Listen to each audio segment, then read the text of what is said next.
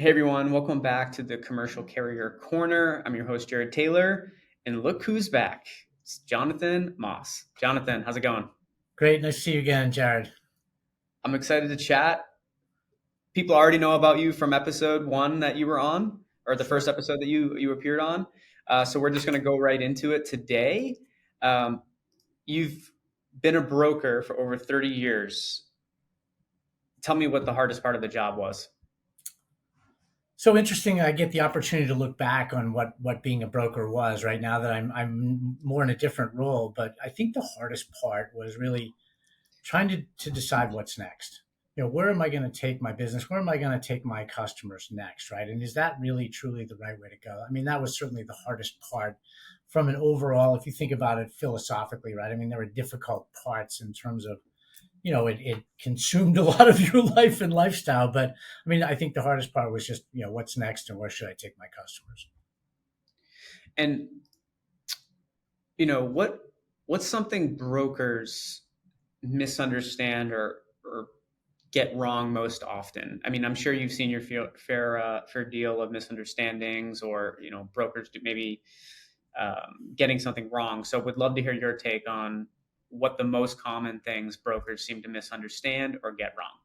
Yeah, I think it's their fear of being wrong, right? It's okay to be wrong. It's okay to take chances. I think customers are asking you to think and act differently and to push the envelope, right? To think about what's next and what's possible. And I think too many brokers are frankly afraid of that. Don't want to tip. What if it doesn't go well? Yeah, well, if it doesn't go well, it doesn't mean you're married to it forever, right? There are certainly many solutions that I put forth to my customers, and some that we implemented that weren't overly elegant. We had to make some changes, right? Either to simply fix what we put in that we didn't consider some of the outcomes, or to simply replace it where it just didn't deliver what it is we thought it would. So I think there's a lot of fear and loathing, and what that leads to is doing the same old stuff that isn't working, right? And sort of I've said to folks in the past, this fall back on the RFP process, and I view an RFP as the crutch of the ignorant.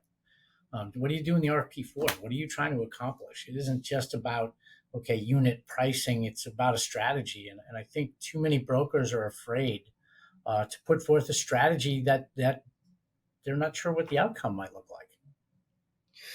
And kind of going from what's being done wrong to let's hear what they should be doing right. What are a few actions that brokers can take today to become more effective for their clients?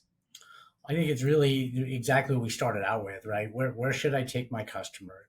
I really need to better understand their business, their membership, all of the people that are being affected directly and indirectly by the decisions that we're making, and to really set out and say, okay, where should I be taking this business over the next year, over the next 3 years, or over the next 5 years, and being okay with being a bit uncomfortable, right? I was always for being a bit uncomfortable about where I was going and making my customer a little bit uncomfortable on the way there, right? I figured then we were really doing something. If we were all super comfortable with what we were doing, probably weren't getting the change and the impact and the results that we really wanted. So I think the more that you truly are thinking about where can I take people, and boy, is that really kind of, and truly learning what it is you're doing, and saying, can I live on this edge of discomfort, and be effective? That's where I think the people that are doing it right are saying, hey, we need to be different. We need to think differently. Maybe it's going to be a little bit more work, maybe more communication than something in the past, but it's worth it. And then flipping that, what should clients ask of their broker partners? They should be asking them where they're going to take them, and what is your strategy. Customers don't really want you to just simply provide a menu of choices, right? They want you to have some courage of your conviction.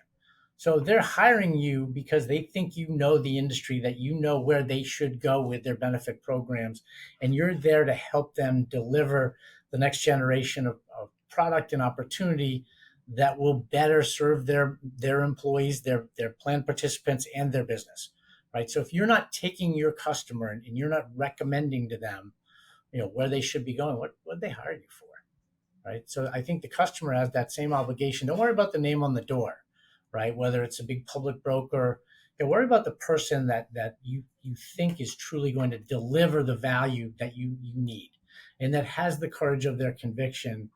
I can remember many times having some pretty intense discussions with my customers where we'd even be yelling at each other from time to time, right? But at the end, we'd all look at each other and be like, "Great, we're going where we need to go."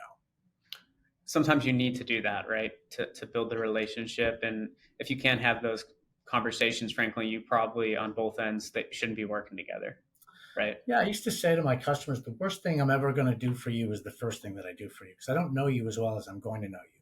And the more engaged with you I become, and the more I understand your business, the members of your plan, the better I understand everything here, the better able I am to take you down to forward looking products and services where we can better serve you, right? So I always felt like the first thing I did was the worst thing. And it only got better with time because I knew them better and I understood what was happening better. And I was better able to see the future where I thought they needed to go and to take them where they want, where frankly they didn't even know they wanted to go. Jonathan, when it comes to evaluating a broker partner, what do you recommend a client, you know, do in order to effectively evaluate a broker partner? Hire the person, not the firm. It's about the people that are representing you, not about the name, the headline, whatever it is. Hire the people, don't hire the firm.